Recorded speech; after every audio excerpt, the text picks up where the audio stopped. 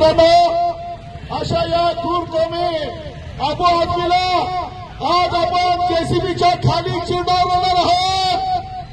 या जेसीबी त्याच्यासाठीच आणलेलं आहे, कारण आज आपल्याला माहिती असेल का अबू आझमी नेहमी आपल्या राष्ट्रपुरुषांचा अवमान करून या देशामध्ये दंगे घडवण्याचा प्रयत्न करत असतो, या देशामध्ये धार्मिक तेढ निर्माण करण्याचा प्रयत्न करत असतो। अशा या अबू आझमीला संतोषजी चव्हाण, सर्व युवा सेनेचे जिल्हा अध्यक्ष आपले किरण पाटील साहेब, लोटे मॅडम असतील, आपल्या सर्व पदाधिकारी या ठिकाणी जमलेले आहोत। मित्रांनो, अशा या क्रूरपणे औरंगजेब जगला त्याचा गोडवे जाणारा हा अबू आझमी याला शिक्षा झाली पाहिजे आणि याच्यावरती राष्ट्रद्रोहाचा गुन्हा झाला पाहिजे, याच्यासाठी आज आम्ही या ठिकाणी आंदोलन केलेलं आहे। अबू आझमी, अबू आझमी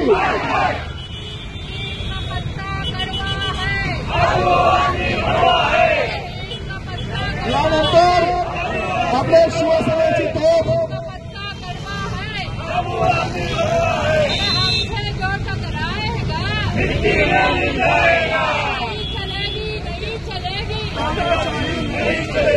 आवाज कुणाचा,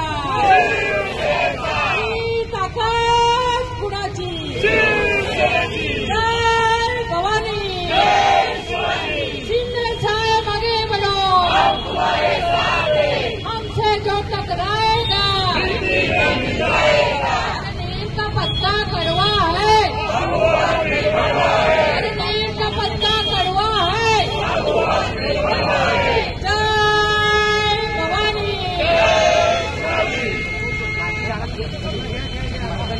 छत्रपती शिवाजी महाराज की, धर्मवीर संभाजी महाराज की।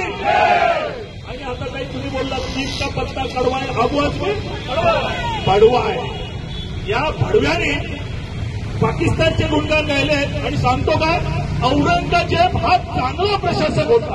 अशा भडव्याला भारतात हिंदुस्थानात ठेवायचं काय, अशा भडव्याचं करायचं काय, याला पाकिस्तानात पाठवायचं। आज जो पाकिस्तान तुर्कीला लागलेला आहे, अशा या भिकारी पाकिस्तानात याला पाठवायला पाहिजे।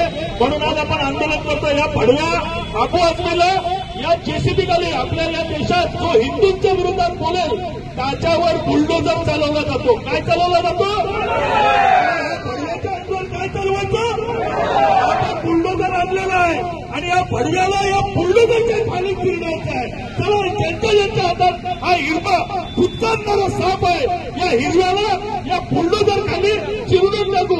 एक दो अबू आझमी को, हा अबू आझमी को काय करो,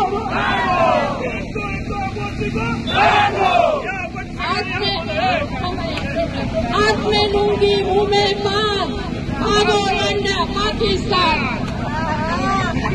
हाथ में लूंगी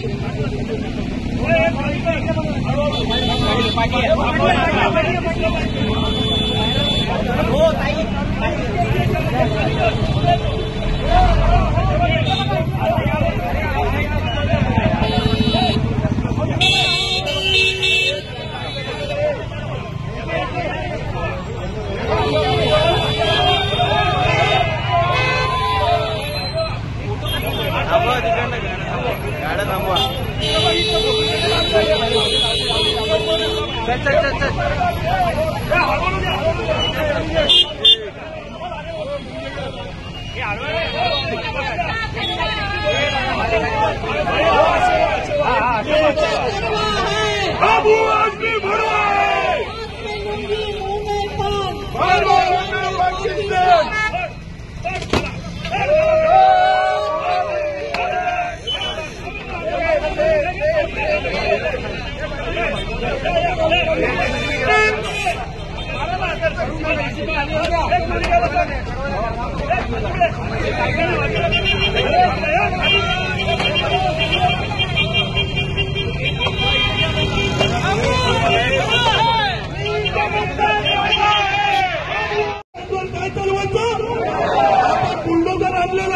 आणि या भडव्याला या बुलडोजरच्या खाली फिरवायचं आहे। चला, ज्यांच्या हातात हा हा हिरवा फुटकारणारा साप आहे. या हिरव्याला या बुलडोजर खाली चिरडून टाकू. एक दो अबू आदमी को हा अबू आदमी को काय करो.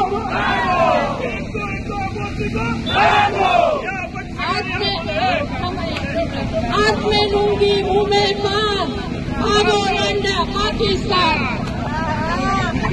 हाथ में लूंगी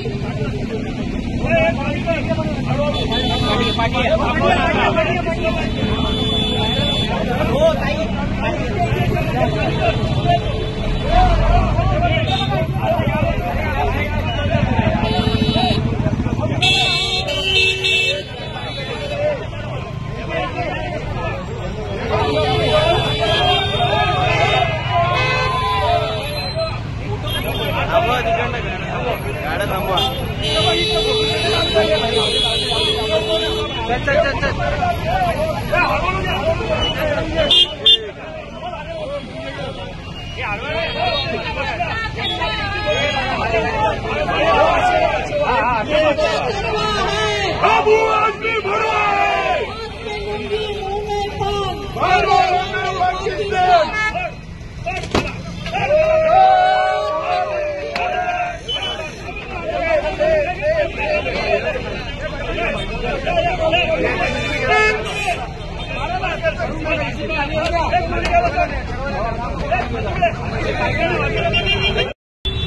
नीम का पत्ता कड़वा है, आबू आझमी भडवा है.